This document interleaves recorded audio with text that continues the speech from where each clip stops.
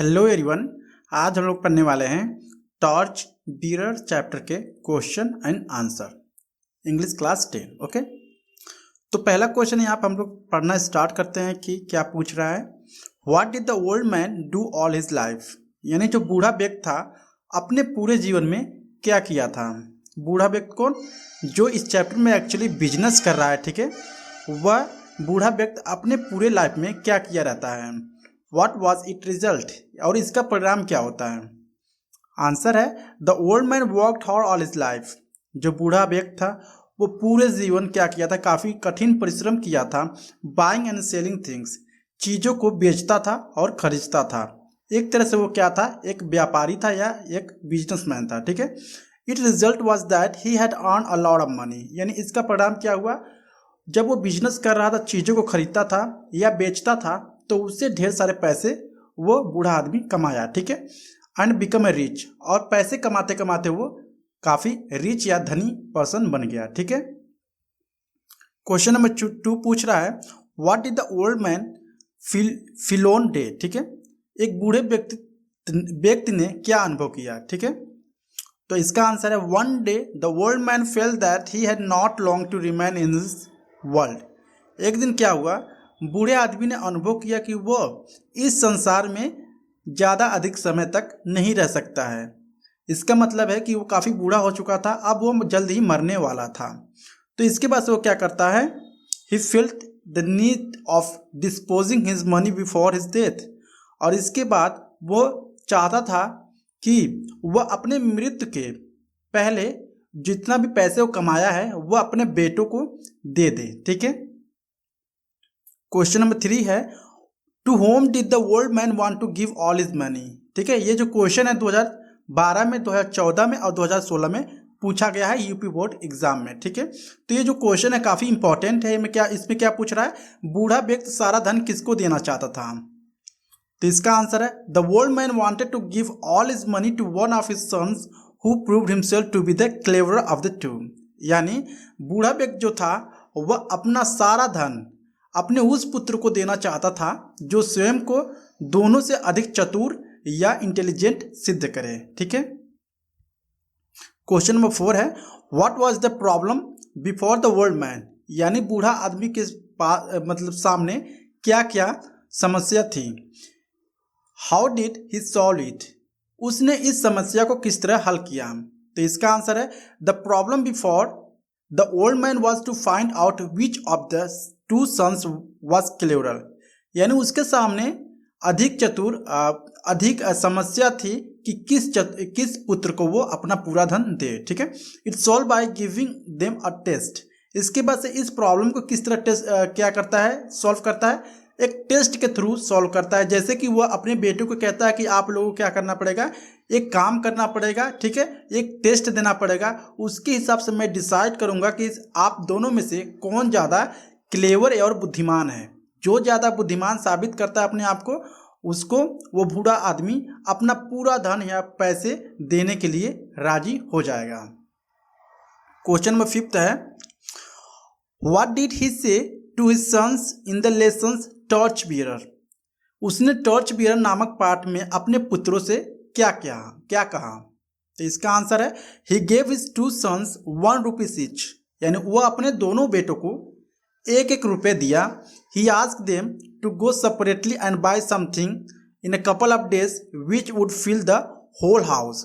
उसने अपने दोनों पुत्रों को 1-1 रुपये दिया और उनसे अलग अलग जाने की तथा कुछ ही दिनों में के अंदर ऐसी वस्तु खरीदने को कहा जो सारा घर भर दे। एक ऐसा वस्तु उन्होंने 1 ही रुपये में खरीदने के लिए उस बूढ़ा ने कहा कि आपको एक ऐसा वस्तु क्या करना है, खरीदना है जिससे कि जो पूरा हमारा घर है वो क्या हो जाए, भर जाए। तो इसके बाद से आगे क्या होता है, क्वेश्चन नंबर 6 है, ठीक है, जो कि 2015 में पूछा गया एग्जाम में। What did the first son do after taking a rupees, यानी पहले पुत्र ने 1 रुपये लेकर क्या किया। तो इसका आंसर है the first son wandered in the market here and there, यानी पहला पुत्र बाजार में इधर उधर घूमता रहा। He did not think much, उसने अधिक नहीं सोचा। But a load of hay for a rupees, और उसने 1 रुपये का अपना क्या किया, एक सूखा भूसा खरीदकर अपने घर लाया उस घर को भरने के लिए, ठीक है, उनके पहले पुत्र। क्वेश्चन नंबर 7 है what did the second sun do before buying anything, यानी कोई भी वस्तु खरीदने से पूर्व दूसरे पुत्र ने क्या किया।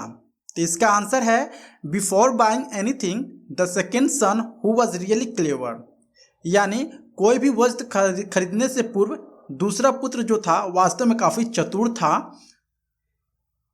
Shut down and thought about what he would buy with his rupees, और इसके बाद वो क्या करता है, एक पेड़ के नीचे बैठ जाता है और आराम से वो क्या करता है, वह सोचना आरंभ कर देता है कि मैं 1 रुपये में क्या ऐसा चीज खरीद सकता हूं जिससे कि जो मेरी घर है वो पूरी तरह से भर जाए।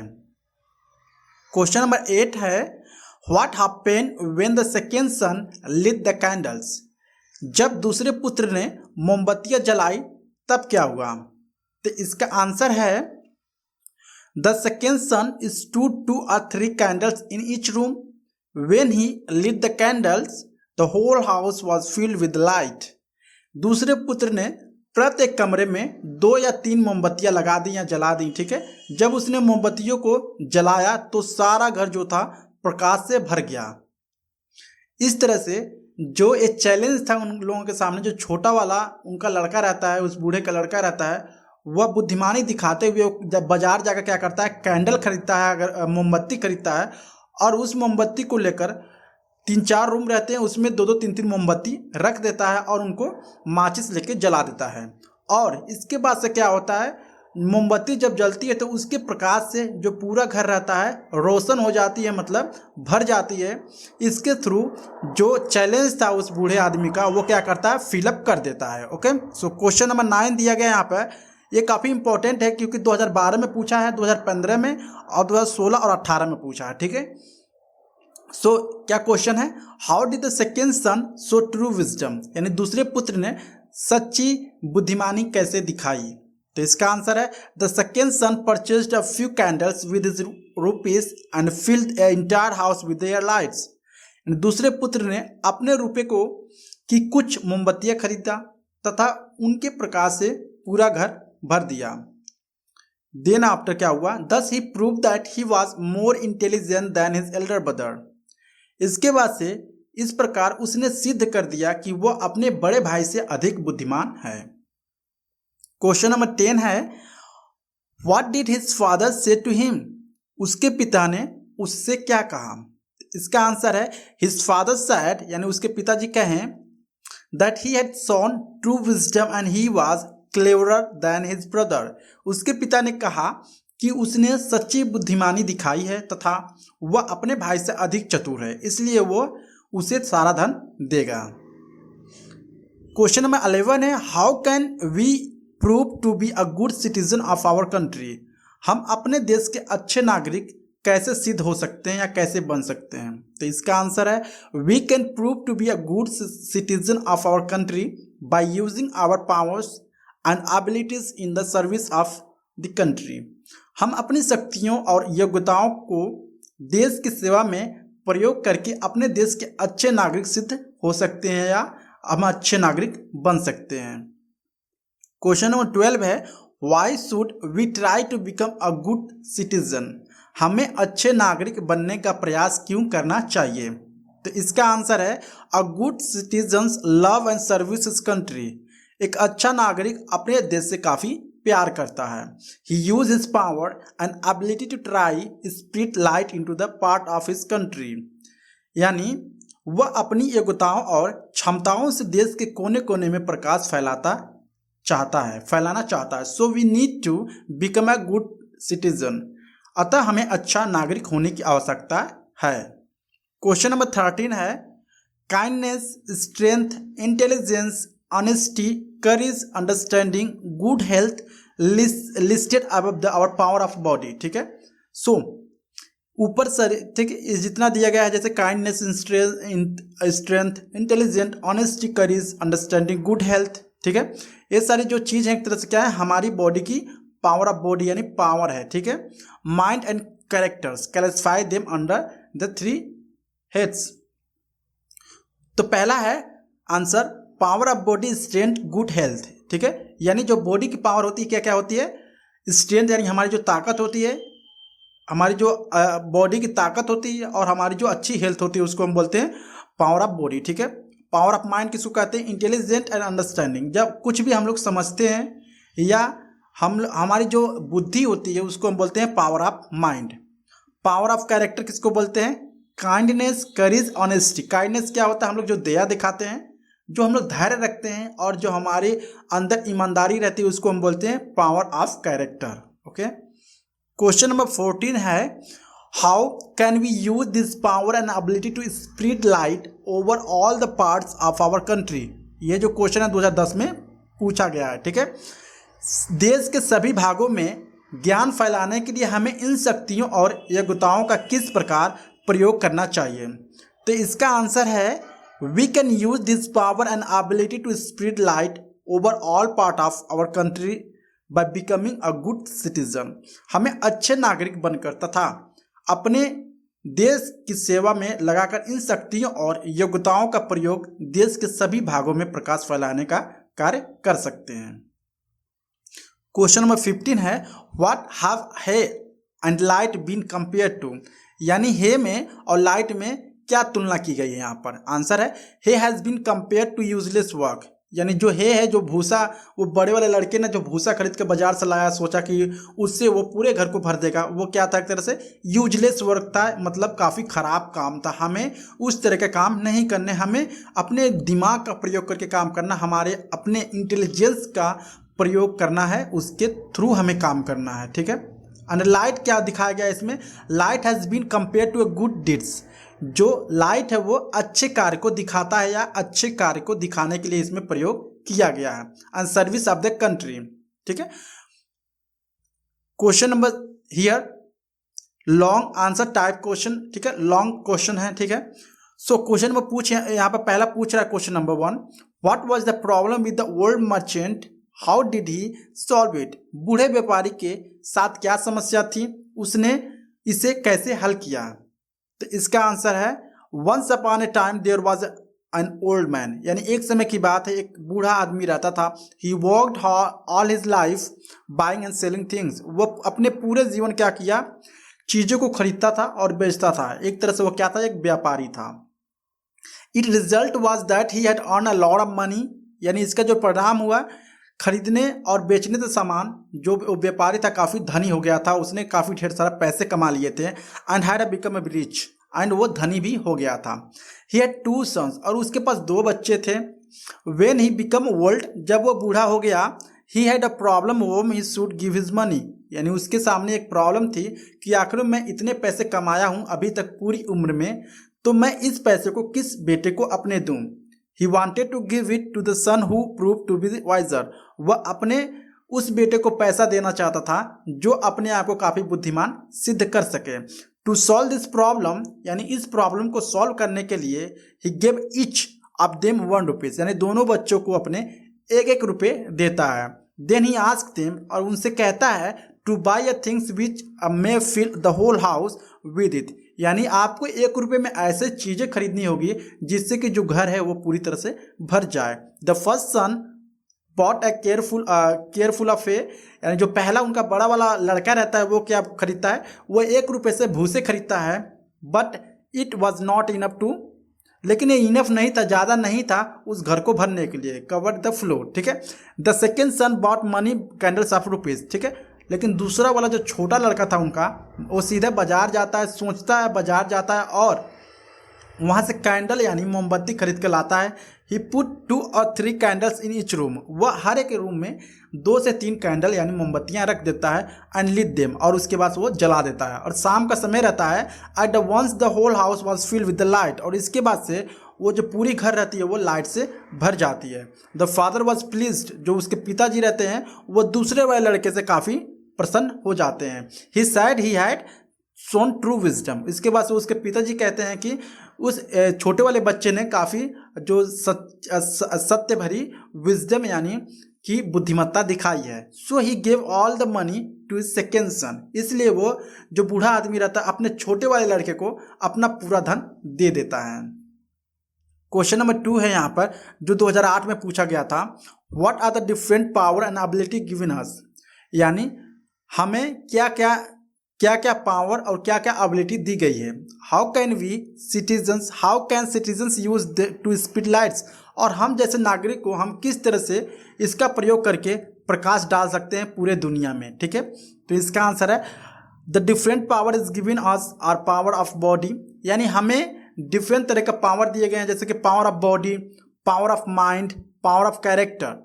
Each one of us has strength, यानी हर एक लोगों के पास क्या होता है, एक स्ट्रेंथ होती है, एक ताकत होती है। टाइम एंड इंटेलिजेंट, यानी टाइम भी उनके पास होता है और दिमाग भी या बुद्धि भी होती है। ठीक है, proper and thoughtful use of this power makes us good citizen. ठीक है, यानी अगर हम अच्छे से थॉट कर रहे हैं, मतलब सोच रहे हैं, ठीक है, तो हमें एक तरह से अच्छा सिटीजन बनाता है। A good citizen is the centre of light wherever he lives and whatever he is doing, so we can use this power to spread light over the parts of our country by becoming good citizens. ठीक है, यानी एक अच्छा नागरिक वही होता है जो कहीं पे रहता है, वो ठीक है कहीं पे भी रहता है, लेकिन वो चारों तरफ जहाँ पे भी रहता है वहाँ पे अपना प्रकाश फैलाया रहता है और पूरे दुनिया में, पूरे वर्ल्ड में या पूरे देश में वो प्रकाश फैलाना चाहता है। क्वेश्चन नंबर 3 है what are the students solicited to the school. ठीक है, यानी टॉर्च बियर पाठ के द्वारा विद्यालय में घर पर व इसके पश्चात देश में विद्यार्थियों से किन किन बातों की अपेक्षा की गई है। तो इसका आंसर है while the students are at school, जब जो बच्चे स्कूल में पढ़ते हैं, जब वो स्कूल में रहते हैं, they should train themselves in the citizenship and cultivate the characteristic of a good citizens. ठीक है, बच्चे स्कूल क्यों जाते हैं, दे शुड ट्रेन देमसेल्फ, वे अपने आप को ट्रेन करने के लिए स्कूल जाते हैं और अच्छे उनको नागरिक बनाने के लिए और अच्छे उसको कल्टीवेटिंग की जाती है, उनको अच्छे कैरेक्टर बनाने के लिए या उनको अच्छे चरित्र देने के लिए क्या की जाती है, स्कूल भेजी जाती है उनको। वाइल एट होम, यानी जबकि घर पर the students are solicited to use the power of their body, और घर पे क्या करते हैं स्टूडेंट जो हैं अपना पावर ऑफ बॉडी यूज करते हैं, and mind and character gradually properly, और माइंड और जो कैरेक्टर होता है वो भी यूज करते हैं। As they leave the school, जैसे वो स्कूल से घर जाते हैं, the students have to pass on their knowledge and skill to the other, जो स्टूडेंट्स हैं एक दूसरे से क्या करते हैं, अपने स्किल को या अपने नॉलेज को शेयर करते हैं। By using them in service of their country, अगर वे अपने कंट्री के प्रति, अपने देश के प्रति इस स्किल को शेयर कर रहे हैं, they should for the train themselves for citizenship and for service of their country, वे एक्चुअली क्या कर रहे हैं, अपने आप को ट्रेन कर रहे हैं और देश की सेवा के लिए या देश के सर्विस के लिए भी एक अच्छे नागरिक बन रहे हैं इससे। क्वेश्चन नंबर 4 है right a character sketch of the world merchant in torch bearer, यानी टॉर्च बियरर पाठ के आधार पर बूढ़े व्यापारी का चरित्र चित्रण कीजिए। 2009 में या 2014 में 2 बार पूछा गया क्वेश्चन। तो इसका आंसर है good patron of his money, यानी वो क्या किया, अपने लिए जो उसको डिसीजन लगा, उसको सही लगा, वह अपने मनी को क्या करता है, पैसे को दूसरे को दे देता है। The world merchant was a good patron of his money, he did not want to give it the sons who could not use wisely. ठीक है, यानी वो जो बूढ़ा व्यापारी था वो अपने उस बेटे को अपना पैसा नहीं देना चाहता था, जो कि उसका जो बेटा है वो सही से उस पैसे को यूज ना कर पाए। इम्पार्शियलिटी, ठीक है, the world merchant was impartial father. ठीक है, जो वर्ल्ड मर्चेंट था वो किसी के ऊपर पक्षधारी नहीं करता था, कि ये नहीं था कि वो मेरा फेवरेट बेटा है या दूसरा ये मेरा फेवरेट बेटा है, वो उसने कोई भी पक्ष वाली बात नहीं कही है इसमें। He gave 1 rupees to each to purchase anything to fill the house, क्योंकि उसने अपने बेटे को 1 ही रुपये दिया था, अगर कोई भी अच्छे से उसका यूज करता, ठीक है, तो वो सारा पैसा उस बूढ़े का यानी अपने बूढ़े फादर का मिल सकता था या वो पा सकता था। According to the condition his second son was filled the house lit the candle with the wait himself rather than the first sons। ठीक है, लेकिन जो उनका छोटा बेटा रहता है वो प्रूव कर देता है, वो अपनी बुद्धिमानी को प्रूव कर देता है और वो क्या करता है बाजार से कैंडल खरीदता है और कैंडल खरीद के वो लाता है और रूम में रखकर उसको जला देता है, जिससे कि पूरे घर में प्रकाश हो जाता है और उस प्रकाश से उसकी जो घर होती है बूढ़े आदमी की या उसके फादर की वो भर जाती है। ठीक है, so he gave his all money to the second son, इसके बाद से वो छोटे वाले बेटे को अपने, ठीक है, वो सारा पैसा जितना भी धन रहता है वो दे देता है। कंक्लूजन्स, इसका कंक्लूजन्स क्या निकलता है, with the above descriptions they prove that the old merchant was very hard worker. यानी ये जो हम पढ़ने से क्या लगता है, पता लगता है जो ओल्ड मर्चेंट है क्या है, काफ़ी हार्ड वर्कर पर्सन था, इम्पार्शियल था एंड ऑनेस्ट था, यानी क्या था, ऑनेस्ट यानी ईमानदार भी था। सो आई होप आपको वीडियो अच्छा लगा होगा। अगर अच्छा लगा please like and subscribe my channel. Thank you so much.